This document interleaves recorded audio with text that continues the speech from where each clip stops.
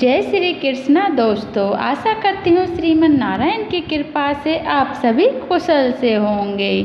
भादो मास की शुक्ल पक्ष की एकादशी का नाम परिवर्तनी एकादशी है। इसे वामन एकादशी भी कहा जाता है। भाद्रपद मास के शुक्ल पक्ष की एकादशी को क्षीर सागर में 4 मास के शयन के मध्य भगवान करवट बदलते हैं। निद्रा मगन भगवान के करवट बदलने के कारण ही इसका शास्त्रीय नाम परिवर्तनी एकादशी है। आज के दिन भगवान के वामन अवतार की पूजा की जाती है। भगवान विष्णु के बौने रूप वामन अवतार की यह पूजा वाजपेयी यज्ञ के समान फल देने वाली तथा समस्त पापों को नष्ट करने वाली है। वामन भगवान की पूजा के कारण कुछ व्यक्ति इसे वामन एकादशी भी कहते हैं। इसके दूसरे दिन मनाई जाती है वामन जयंती। धर्मराज युधिष्ठिर ने कहा, हे माधव, भाद्रपद मास के शुक्ल पक्ष की एकादशी का नाम विधि विधान तथा महात्म्य में विस्तार पूर्वक जानने की मेरी अभिलाषा है। कृपा करके इस बारे में कुछ बतलाइए।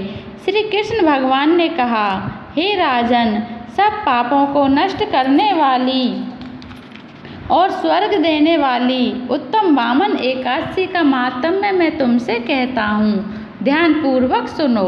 यह एकादशी जयंती एकादशी भी कहलाती है। इसका व्रत करने से वाजपेयी यज्ञ का फल प्राप्त होता है। पापियों के पाप नाश करने के लिए इससे बढ़कर अन्य कोई उपाय नहीं।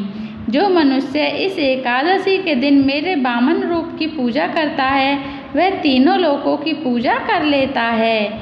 मोक्ष की इच्छा रखने वाले मनुष्य इस व्रत को अवश्य करें।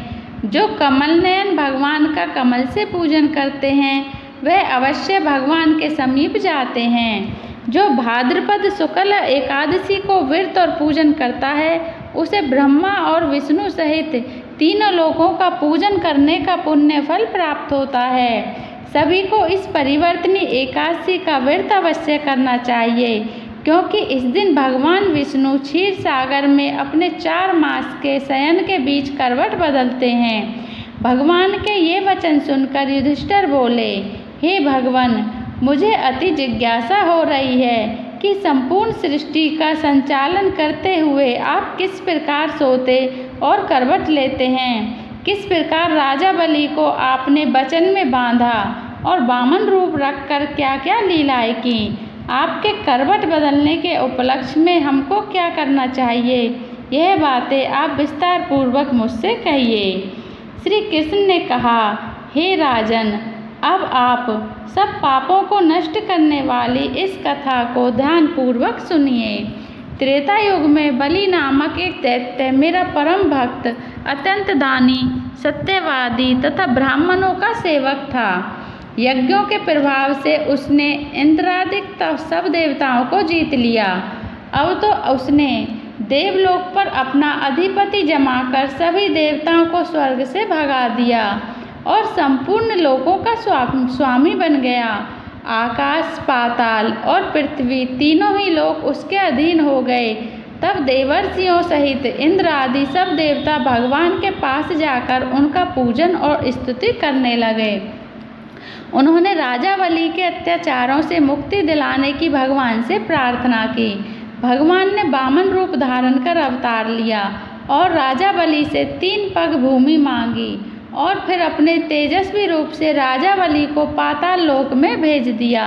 यह वार्ता सुनकर राजा युधिष्ठिर ने कहा, हे जनार्दन, आपने वामन रूप धारण करके उस महाबली दैत्य को किस प्रकार जीता। श्री कृष्ण भगवान बोले, मैंने वामन रूप धरकर बलि से 3 पग भूमि की याचना करते हुए कहा कि मुझको 3 पग भूमि दे दो, इससे तुम्हें 3 लोक के दान का पुण्य प्राप्त होगा। राजा बलि ने इसको तुच्छ याचना समझकर मुझसे कहा कि 3 पग भूमि तो कुछ भी नहीं होती। मैंने उससे 3 पग भूमि देने का संकल्प लेकर अपने त्रिविक्रम रूप को बढ़ाकर भूलोक में पद, भुवलोक में पेट, जनलोक में हृदय, यमलोक में कंठ की स्थापना कर सत्यलोक में मुख, उसके ऊपर मस्तक स्थापित किया। सूर्य चंद्रमा आदि सब ग्रहों, योग, नक्षत्र, इंद्र आदि देवताओं और शेष सभी आदि सब नागगणों ने विविध प्रकार से वेद सूक्तों से प्रार्थना की। 2 पग नापने के बाद मैंने राजा बलि का हाथ पकड़कर कहा, राजन, एक पद से पृथ्वी और दूसरे से स्वर्गलोक पूर्ण हो गए, अब तीसरा पैर कहाँ पर रखूं? तब बलि ने अपना सिर झुका लिया और मैंने अपना पैर उसके मस्तक पर रख दिया। इससे मेरा वह भक्त पाताल को चला गया। उसकी विनती और नम्रता को देखकर मैंने कहा, हे बलि, मैं सदैव तुम्हारे निकट ही रहूँगा। ब्रोचन के पुत्र बलि के कहने पर वहाँ पर भाद्रपद शुक्ला परिवर्तनी एकादशी के दिन बलि के आश्रम पर मेरी मूर्ति स्थापित हुई और दूसरी क्षीर सागर में शेषनाग की पीठ पर हुई। कथा सुनाने के पश्चात भगवान श्री कृष्ण ने कहा, हे युधिष्ठिर, इस एकादशी को भगवान शयन करते हुए करवट लेते हैं, इसलिए त्रिलोकी के नाथ भगवान विष्णु का आज विशेष पूजन किया जाता है। उनके निमित्त तांबा, चांदी, चावल और दही का दान उचित है। रात्रि को जागरण अवश्य करना चाहिए। जो इस प्रकार व्रत करते हैं वे सब पापों से मुक्त होकर स्वर्गलोक को जाते हैं। उनका चंद्रमा के समान निर्मल यश संसार में फैलता है। जो पापों को नष्ट करने वाली इस कथा को पढ़ते या सुनते हैं उनको भी 1000 अश्वमेध यज्ञ का फल प्राप्त होता है। अतः एकादशी महात्म्य समाप्त। जय श्री कृष्ण। अगर आपको मेरी यह कथा अच्छी लगी हो तो इसे लाइक कर देना और चैनल को सब्सक्राइब कर देना।